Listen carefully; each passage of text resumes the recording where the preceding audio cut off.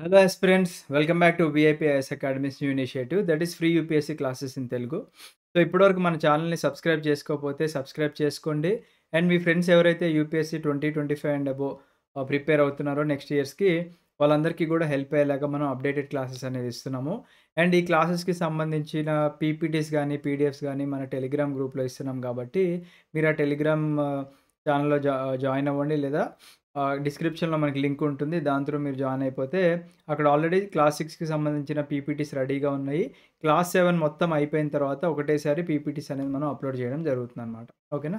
Yes. So ఇవాల్టి class ఏంటంటే మనకి ఆల్రెడీ మనము ఎన్విరాన్మెంట్ విచ్ ఈస్ 7థ్ క్లాస్ ఎన్‌సీఈఆర్‌టీ జియోగ్రఫీలో చాప్టర్ 1 డిస్కస్ చేసుకున్నాము. చాప్టర్ 2 డిస్కస్ చేసుకున్నాం మనం ఇన్‌సైడ్ అవర్ ఎర్త్. తర్వాత చాప్టర్ 3 కూడా డిస్కస్ చేసుకున్నామండి మనం. చాప్టర్ 3 పేరేంటండి మనకిక్కడ అవర్ చేంజింగ్ ఎర్త్. తర్వాత ఇవాళ డిస్కస్ చేసుకోబోయేది ఎయిర్ అనమాట.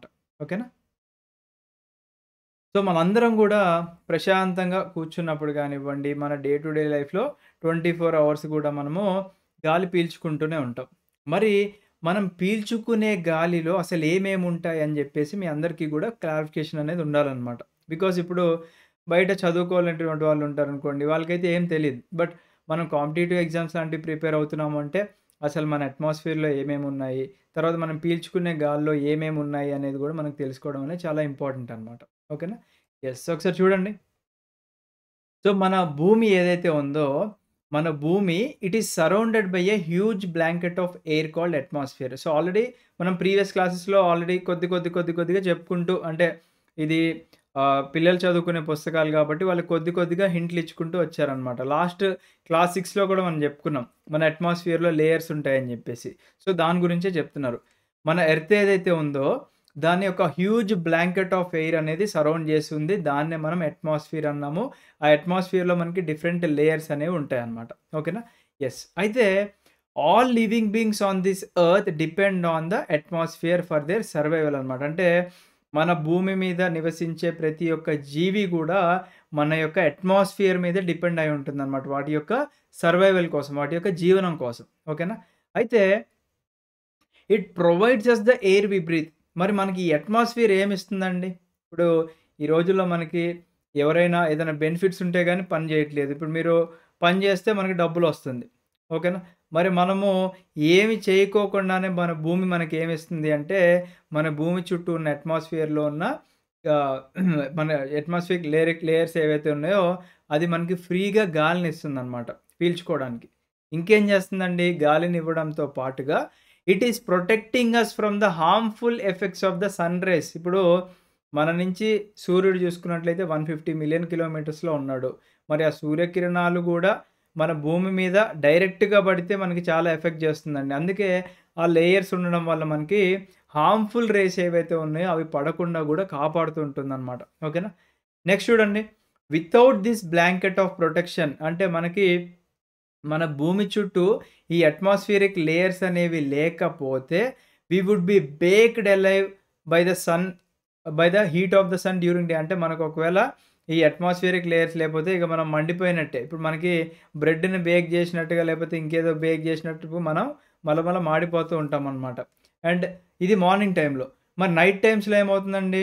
నైట్ టైమ్స్‌లో కూడా మనకి అట్మాస్ఫియరిక్ లేయర్స్ అనేవి లేకపోతే మనం గడ్డ కట్టిపోతాం అనమాట. సో ఈ అట్మాస్ఫియర్ అనేది చాలా ఇంపార్టెంట్. ఓకేనా?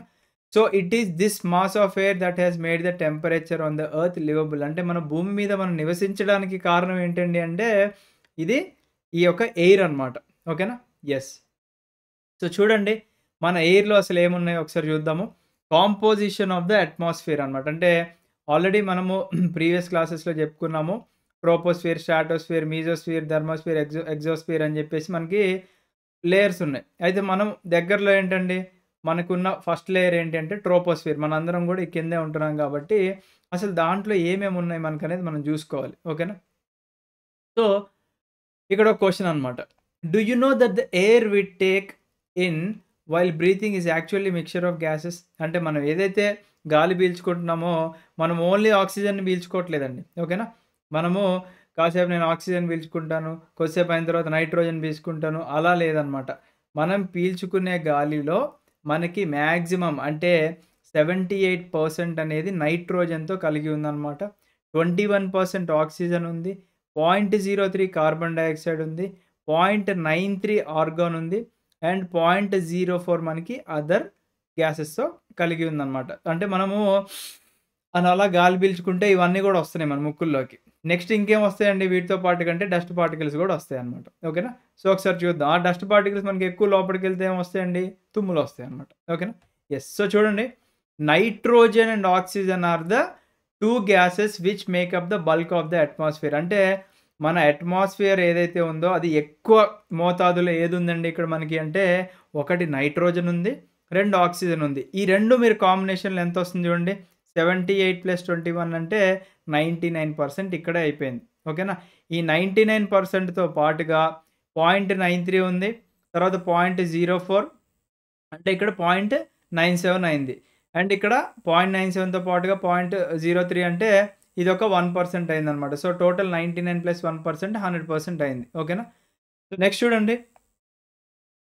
నెక్స్ట్ కార్బన్ డయాక్సైడ్ గానివ్వండి, నెక్స్ట్ హీలియం గానివ్వండి, ఓజోన్ గానివ్వండి, ఆర్గాన్ గానివ్వండి అండ్ హైడ్రోజన్ ఏవైతే ఉన్నాయో ఇవి చాలా తక్కువ మోతాదులో మనకి మన యొక్క అట్మాస్ఫియర్‌లో కనిపిస్తూ ఉంటే, apart from these gases tiny dust particles are also present in the air. అంటే మనం పీల్చుకునే గాల్లో చిన్న చిన్న డస్ట్ పార్టికల్స్ గూడా ఉంటాయన్నమాట. అయితే ఈ పై చార్ట్ ఏదైతే ఉందో మనకి దీంట్లో క్లియర్‌గా ఇచ్చారని జెప్పేసి చెప్తున్నారు. నెక్స్ట్ వచ్చేసి nitrogen is the most plentiful gas in the air అనమాట. అంటే మనము పీల్చుకునే గాలిలో అంటే ఎక్కువ మోతాదులో నైట్రోజన్ అనేది ఉందన్నమాట. అయితే when we inhale we take some amount of nitrogen into our lungs and exhale it. అంటే మనము గాలి పీల్చుకుంటే ఏమవుతుందండి మన లంగ్స్ లేదా ఊపిరితిత్తులు ఏవైతే ఉన్నాయో మనకి అవి ఉబ్బుతాయి గదా! అంటే when we inhale the air ఆ నైట్రోజన్ ఏదైతే ఉందో డైరెక్ట్‌గా లంగ్స్‌లోకి వెళ్తుంది. తర్వాత మనం అది ఎక్సేల్ చేస్తూ ఉంటామన్నమాట. అంటే ఇక్కడ ఏమిచ్చారు? We take some amount of nitrogen అని చెప్పేసి అన్నారనమాట. కాకపోతే ఎక్కువగా కూడా నైట్రోజన్ దేనికి హెల్ప్ అవుతుంది అంటే మనకి ప్లాంట్స్‌కి హెల్ప్ అవుతుందనమాట. ఓకేనా? Plants need nitrogen for their survival. అంటే మొక్కలు బ్రతకడానికి ప్రధానంగా మనకి ఇక్కడ నైట్రోజన్ అనేది చాలా అవసరము. ఓకేనా? సో, నెక్స్ట్ పేజ్‌కి వెళ్ళే ముందు మనకి ఇక్కడ ఒక మ్యాటర్ ఇచ్చారు. అది కూడా చూద్దాం. ఓకేనా? మీకు తెలుసా అని చెప్పేసి అన్నారు. ఏంటండి? Carbon dioxide released in the atmosphere creates a green house effect by tapping the heat radiated from the earth అనమాట. అంటే మనకి మన అట్మాస్ఫియర్‌లో ఇక్కడ కార్బన్ డయాక్సైడ్ గురించి చెప్పుకున్నాం గదా! ఈ కార్బన్ డయాక్సైడ్ గురించి మాట్లాడుతున్నారు. ఏమంటున్నారు? Carbon dioxide released in the atmosphere creates a green house effect by tapping the heat radiated from the earth అంటున్నారు. అంటే మనం రిలీజ్ చేసిన కార్బన్ డయాక్సైడ్ ఏదైతే ఉందో అది మన భూమిలో అలా ట్రాప్ అయిపోయి ఉందన్నమాట. ఆ హీట్ ఏదైతే ఉందో మనకి. ఓకేనా? అయితే దీనివల్ల ఏమవుతుందండి మనకి it is therefore called a green house gas. అంటే మనకి కార్బన్ డయాక్సైడ్ ఏదైతే ఉందో దీన్ని మనం గ్రీన్ హౌస్ గ్యాస్ అంటామనమాట. అయితే without it the earth would have been too cold to live అనమాట. అంటే ఈ కార్బన్ డయాక్సైడ్ ఉండడం వల్ల ఆ హీట్ ఏదైతే ఉందో ఆ హీట్‌ని ట్రాప్ చేయడం వల్ల మన భూమి యొక్క టెంపరేచర్ అనేది మనకి నార్మల్‌గా అలా కనిపిస్తూ ఉంటుందనమాట. అంటే ఆ హీట్ అనేది అలా ఉండిపోతుంది. అయితే ఒకవేళ ఈ కార్బన్ డయాక్సైడ్ అనేది లేకపోతే మనకి మన భూమి అనేది చాలా చల్లగా ఉంటది. మనం నివసించడానికి అని చెప్పేసి అంటున్నారనమాట. ఓకేనా? కానీ ఇక్కడ ఏమవుతుంది? When it's level in the atmosphere increases. ఓకేనా? అంటే ఇప్పుడు ఏది గూడా మనం ఎక్స్‌ట్రీమ్స్ ఉన్నా గాని అది డేంజరే అనమాట. ఇప్పుడు కార్బన్ డయాక్సైడ్ వల్ల భూమి హీట్ అదే ఆ హీట్ అనేది ట్రాప్ అవ్వడం వల్ల మొత్తానికి బావుంది. ఓకేనా? మనం టూ మచ్ కోల్డ్ వాటికి ఎక్స్‌పోజ్ అవ్వకుండా. కానీ ఇది ఎక్కువ మోతాదులో మనకి లైక్ ఫ్యాక్టరీస్ నుంచి వచ్చే స్మోక్స్ కానివ్వండి, కార్ నుంచి వచ్చే ఫ్యూమ్స్ కానివ్వండి, వీటి వల్ల ఏమవుతుందండి? The heat retained increase the temperature of the earth అనమాట. అంటే మనకి కావాల్సిన దానికన్నా ఎక్కువ టెంపరేచర్‌ని మనం తీసుకుంటే ఏమవుతుందండి? మన భూమి మొత్తం అంటే మన గ్లోబ్ ఏదైతే ఉందో అదంతా గూడా వార్మ్ అవుతూ ఉంటుందనమాట. దాన్నే మనము గ్లోబల్ వార్మింగ్ అంటాం. ఓకేనా? గ్లోబల్ వార్మింగ్ అంటాం. ఓకేనా? అయితే this rise in temperature causes the snow in the coldest part of the world to melt. మనం ప్రీవియస్‌గా చెప్పుకున్నాం. మనకి మంచు పడే ప్రాంతాలు ఏవైతే ఉన్నాయో, ఆ మంచు పడే ప్రాంతాలు ఇలా హీట్ ట్రాప్ అవ్వడం వల్ల లేకపోతే మనకి ఎక్కువ ఈ హీట్‌కి ఎక్స్‌పోజ్ అవ్వడం వల్ల ఏమవుతుందండి? ఆ మంచు కరుగుతుంది. మంచు కరిగితే ఏమవుతుందండి? అది వాటర్‌లాగా అయిపోతుందనమాట. వాటర్‌లాగా అయిపోతే ఏమవుతుందంటే ఇక్కడ సీ లెవెల్ ఏదైతే ఉందో ఆ సీ లెవెల్ అనేది పెరుగుతుంది. సీ లెవెల్ పెరిగితే ఏమవుతుందండి వరదలొస్తాయన్నమాట. కోస్టల్ ఏరియాస్ వరదలొచ్చి మునిగిపోతూ ఉంటాయన్నమాట. So, there may be drastic changes in the climate of a place leading to extinction of some plants and animals in the long run. అంటే దీనివల్ల మనకేమవుతుందండి, ఇప్పుడు మునిగిపోయినాయి అనుకోండి, సీ లెవెల్ రైజ్ అయిపోయి, అప్పుడు ఎవరికి నష్టము? అక్కడున్న ప్లాంట్స్ గానివ్వండి, యానిమల్స్ గానివ్వండి, అవన్నీ గూడా ఎక్స్‌టింక్ట్ అయిపోతాయన్నమాట. ఇక మాయమైపోతాయన్నమాట లాంగ్ రన్‌లో జూసుకున్నట్లయితే. సో, మనం ఏది గూడా మన పర్యావరణాన్ని ఆహ్, నాశనం చేసే విధంగా ఉండకుండా దాన్ని కాపాడుకునే విధంగా మనం ప్రయత్నం అనేది చేయాలన్నమాట. ఓకేనా? నెక్స్ట్ చూడండి. నైట్రోజన్ గురించి చెప్పుకున్నాం ఇక్కడ. Plants need nitrogen for they survival అని చెప్పుకున్నామన్నమాట. అయితే ఇప్పుడు ప్లాంట్స్‌కి నైట్రోజన్ అవసరం అని చెప్పుకున్నాము. కాకపోతే they cannot take nitrogen directly from the air అన్నమాట. ఇప్పుడు మనము గాలి పీల్చుకున్నట్టుగా ప్లాంట్స్ మొక్కలేవైతే ఉన్నాయో అవి డైరెక్ట్‌గా నైట్రోజన్ అనేది తీసుకోదన్నమాట గాలిలో నుంచి. అదేం చేస్తుందండి మనకిక్కడ, ఏదైతే bacteria that live in the soil, అంటే మన భూమిలో ఉండే సాయిల్ ఏదైతే ఉందో, అదే మన మన భూమి ఆర్ ద సాయిల్ ఏదైతే ఉందో దాంట్లో ఉన్న బ్యాక్టీరియా ఏదైతే ఉంటుందో, ఓకేనా, అది నివసిస్తూ ఉంటుంది కదా సాయిల్‌లో. So, the bacteria that live in the soil and the roots of some plants, ఓకేనా. దాంతో పాటుగా బ్యాక్టీరియాతో పాటుగా కొన్ని మొక్కల యొక్క ఏర్లు ఉంటాయి కదండీ! వేర్లు అంటాం కదా! ఆ వేర్లు ఏవైతే ఉన్నాయో they take nitrogen from the air and change its form so that plants can use it అని చెప్పేసి అంటున్నారు. అంటే ఇండైరెక్ట్‌గా ఏం చేస్తున్నాయండి, మొక్కల యొక్క వేర్ల నుంచి అండ్ భూమి లోపల ఉన్న సాయిల్ లోపల ఏదైతే మనకి ఉన్న బ్యాక్టీరియా మనకి ఇండైరెక్ట్‌గా అవి దీనికి ఫుడ్‌ననేది ఇస్తుందనమాట. Which is nothing but nitrogen ఇస్తుంది మనకి. ఓకేనా? సో, నెక్స్ట్ చూద్దాము.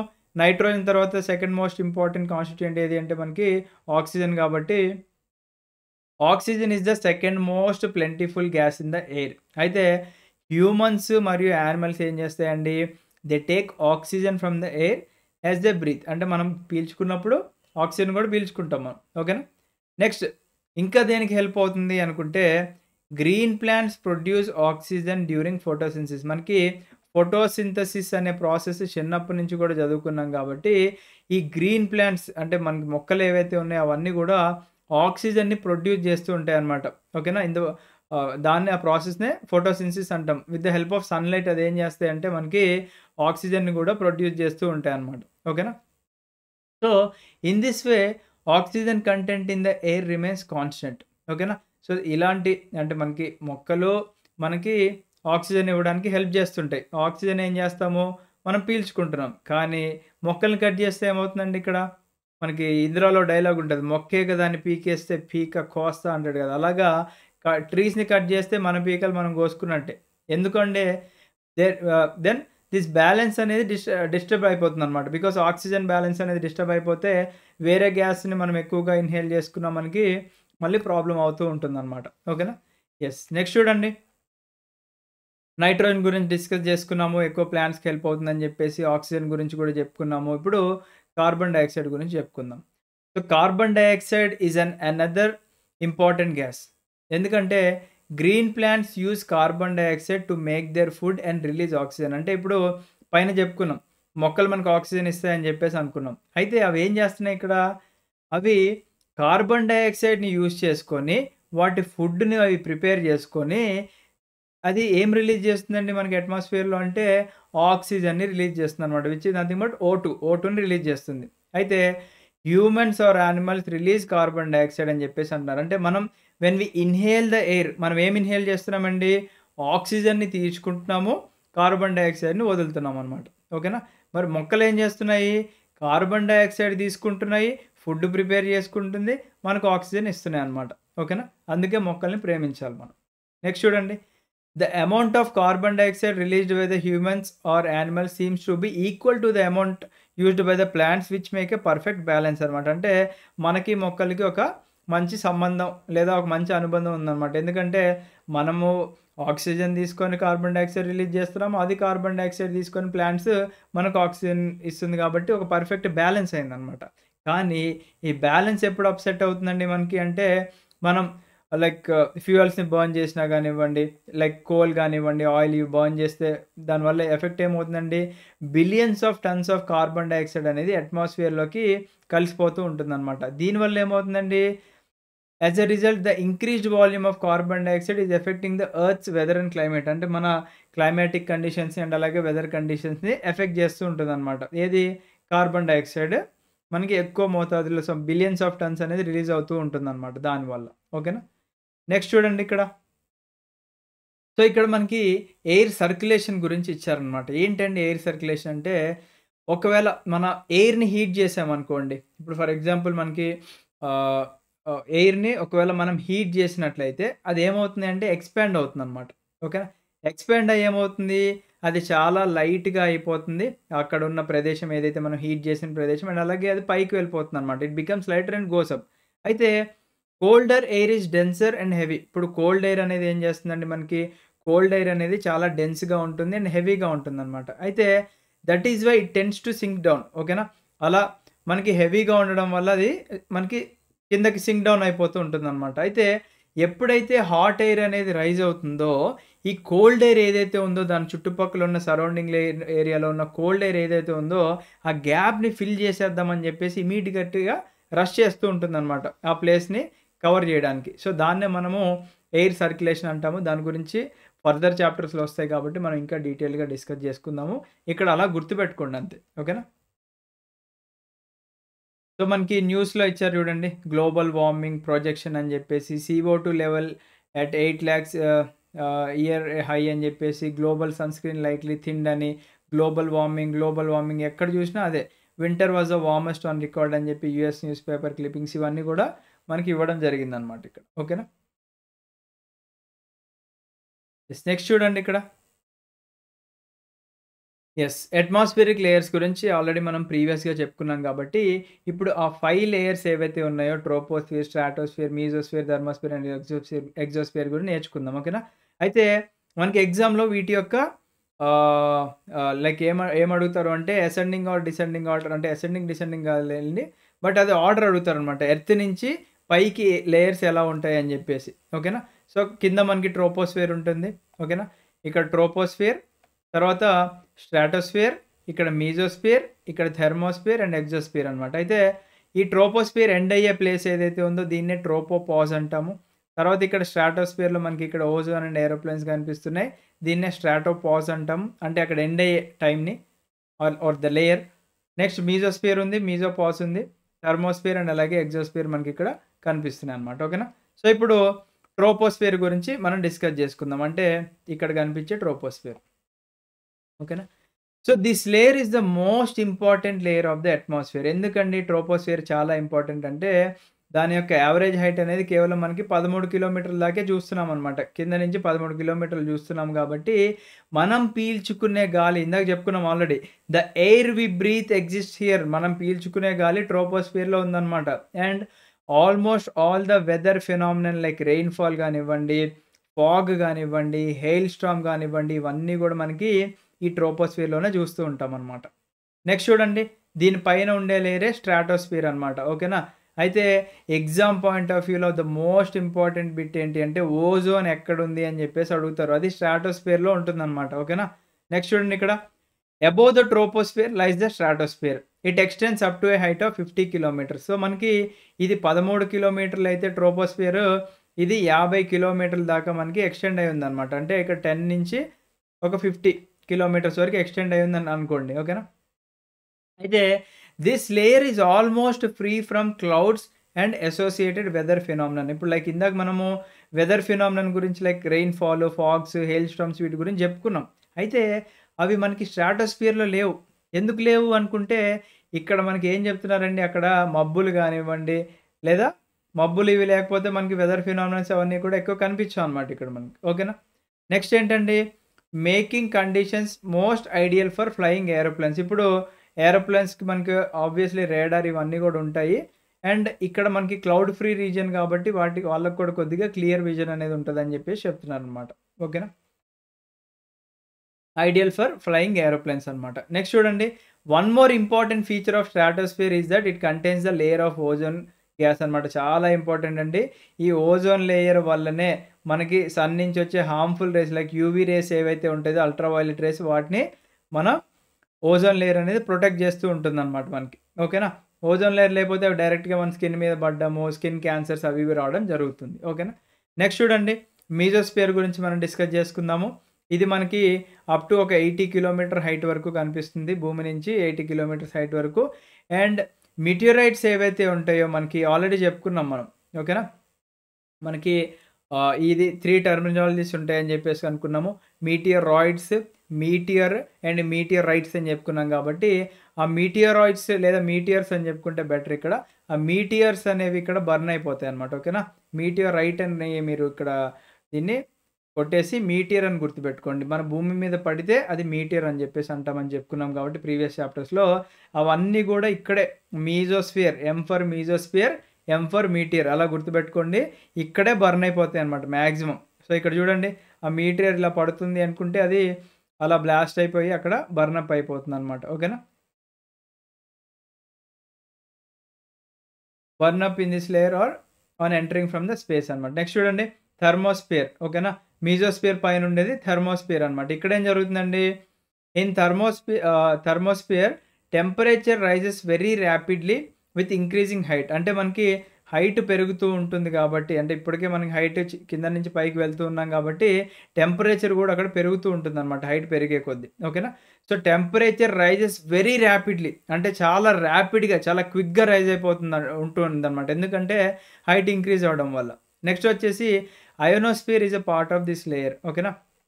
మనకి ఈ మీజోస్ఫియర్‌లోనే అయోనోస్ఫియర్ అని చెప్పేసి ఒకటుంటుంది. ఇంకా డీటెయిల్‌గా నెక్స్ట్ చాప్టర్‌లో వస్తే మనం అక్కడ చెప్పుకుందాము. ఓకేనా? ఇక్కడ మనకి స్ట్రాటోస్ఫియర్‌లో ఓజోన్ ఎలా అయితే పార్టో మనకిక్కడ థర్మోస్ఫియర్‌లో అయోనోస్ఫియర్ అనేది పార్ట్ అనమాట. గుర్తుపెట్టుకోండి. ఓకేనా? So, ionosphere is a part of this layer and it extends between 80-400 kilometres అనమాట. మనకిక్కడ 80 కిలోమీటర్స్ నుంచి దాదాపుగా 400 కిలోమీటర్స్ దాకా ఎక్స్టెండ్ అయి ఉంటుంది అని చెప్పేసి అన్నారు. అండ్ దీంతో పాటుగా this layer helps in radio transmission అనమాట. ఇప్పుడు మనం రేడియో వింటున్నాము అంటే ఒక ప్లేస్ నుంచి ఇంకో ప్లేస్‌కి వెళ్ళినప్పుడు గానీ, కార్‌లో గానివ్వండి, ఫోన్‌లో లేదా రేడియో ఉంటాయి కదా! దాంట్లో విన్నా గానివ్వండి, ఈ లేయర్ అనేది హెల్ప్ చేస్తుందనమాట. ఓకేనా? And in fact radio waves transmitted from the earth are reflected back to the earth by this layer. అంటే మనం పంపించే రేడియో వేవ్స్ ఏవైతే ఉన్నాయో అది ఆ థర్మోస్ఫియర్‌ని హిట్ చేసుకొని మళ్ళీ రివర్స్ వచ్చి మనకి వినిపిస్తూ ఉంటుందనమాట. ఓకేనా? నెక్స్ట్ చూడండి ఎగ్జోస్ఫియర్. ఎగ్జోస్ఫియర్ అనేది ఇంకా అప్పర్ మోస్ట్ లేయర్ అనమాట మన యొక్క అట్మాస్ఫియర్‌లో. అయితే the upper most layer of అట్మాస్ఫియర్‌ని మనం ఎగ్జోస్ఫియర్ అంటాము. This layer has very thin air. ఓకేనా? ఈ ఎగ్జోస్ఫియర్‌లో మనకి ఎయిర్ అనేది చాలా థిన్‌గా ఉంటుందనమాట. ఓకేనా? అండ్ దీంతో పాటుగా లైట్ గ్యాసెస్ ఉంటాయి. మనకి హీలియం అండ్ ఆర్గాన్ ఉంటాయి. అవి float into the space from here అనమాట. అంటే హీలియం అండ్ ఆర్గాన్ అన్నాను. హైడ్రోజన్ ఏవైతే ఉన్నాయో మనకి ఇక్కడ అవన్నీ కూడా మనకి they float into the space from here. అక్కడి నుంచి స్పేస్‌లోకి ఫ్లోట్ అయిపోతూ ఉంటాయన్నమాట మనకి. ఓకేనా? సో, నెక్స్ట్ చిన్న కాన్సెప్ట్ మనము డిస్కస్ చేసుకుందామండి. ఆల్రెడీ చెప్పుకున్నాం ప్రీవియస్‌గా వెదర్ అండ్ క్లైమేట్‌కి డిఫరెన్స్ ఏంటి అని చెప్పేసి. వెదర్ అంటే మన hour to hour or day to day condition, మన అట్మాస్ఫియర్‌లో ఉండే కండిషన్‌ని మనం వెదర్ అని చెప్పేసి అనుకుంటాము. కాకపోతే యావరేజ్ వెదర్ కండిషన్స్ ఒక లాంగ్ పీరియడ్ ఆఫ్ టైమ్ కొన్ని వందల సంవత్సరాలు మనం తీసుకున్నట్లయితే లేదా కొన్ని సంవత్సరాల వరకు తీసుకున్నట్లయితే దాన్నే క్లైమేట్ అంటాము. గుర్తుపెట్టుకోండి there is a difference. Weather అంటే day to day phenomenon. Climate అంటే కొన్ని సంవత్సరాలు కొద్దీ ఉన్న డేటా అన్యువల్ కలుపుకొని మనకి ఈ యొక్క క్లైమాటిక్ రిపోర్ట్‌ని ఇస్తారన్నమాట. ఓకేనా? నెక్స్ట్ చూడండి. You will be surprised to know that the earth receives only 1 in ఇదెంతండి? Ones, tens, hundreds, 1000, 10,000, lakhs, 10 lakhs, crores, 10 crores, 100 crores parts of sun's energy. అంటే సన్ నుంచి ఉన్న ఎనర్జీ ఏదైతే ఇంత ఎనర్జీ, ఇంత మోతాదులో ఉన్న ఎనర్జీలో నుంచి మనం ఓన్లీ జస్ట్ ఒక్కటి మాత్రమే రిసీవ్ చేసుకుంటున్నాం అనమాట. ఓకేనా? సో, సన్ మనకి ఎంత దూరం ఉందండి? 150 మిలియన్ కిలోమీటర్స్ ఉంది. ఓకేనా? అయితే ఆ సన్ నుంచి వచ్చే ఎనర్జీలో నుంచి మనకు కేవలం ఒక్కటి మాత్రమే. అంటే ఫర్ ఎగ్జాంపుల్ ఇన్ని క్రోర్స్‌లో నుంచి మనకి లైక్ ఇన్ని క్రోర్స్ ఆఫ్ రూపీస్ ఉన్నాయనుకోండి మీ దగ్గర. అన్ని కోట్లలో నుంచి మీకు ఓన్లీ ఒక రూపాయి ఇస్తుందనమాట. అంటే 1 రూపీ మాత్రమే మనం తీసుకుంటున్నాం సూర్యుడి దగ్గర నుంచి. ఓకేనా? ఎనర్జీ మెయిన్‌గా చూసుకుంటే. ఓకేనా? సో, ఈ వీడియోని ఇక్కడితో ఎండ్ చేద్దాము. మనకి 20 మినిట్స్ టైం కూడా అయిపోయింది. మీకు కూడా బోరింగ్ ఉండొద్దు. అండ్ మీరు క్లాసెస్ ఇంట్రెస్టింగ్‌గా ఉండాలని చెప్పేసి will break this video so that మీరు కూడా మంచిగా ఇంట్రెస్టింగ్‌గా వినండి నెక్స్ట్ వీడియోలో కూడా. ఓకేనా? So this is part 1. Part 2 కూడా ఇమ్మీడియేట్‌గా మీకు వచ్చేస్తుంది. Thank you. ఎవరైతే మన ఛానెల్‌ని సబ్స్క్రైబ్ చేసుకోలేదో మళ్ళీ సబ్స్క్రైబ్ చేసుకోండి. టెలిగ్రామ్‌లో జాయిన్ అవ్వండి. పీపీటీస్ తీసుకోండి. మంచిగా ప్రిపేర్ అవ్వండి. ఒక మంచి ఆఫీసర్‌గా బయటికి రండి. ఓకేనా? Have a great day. జై హింద్.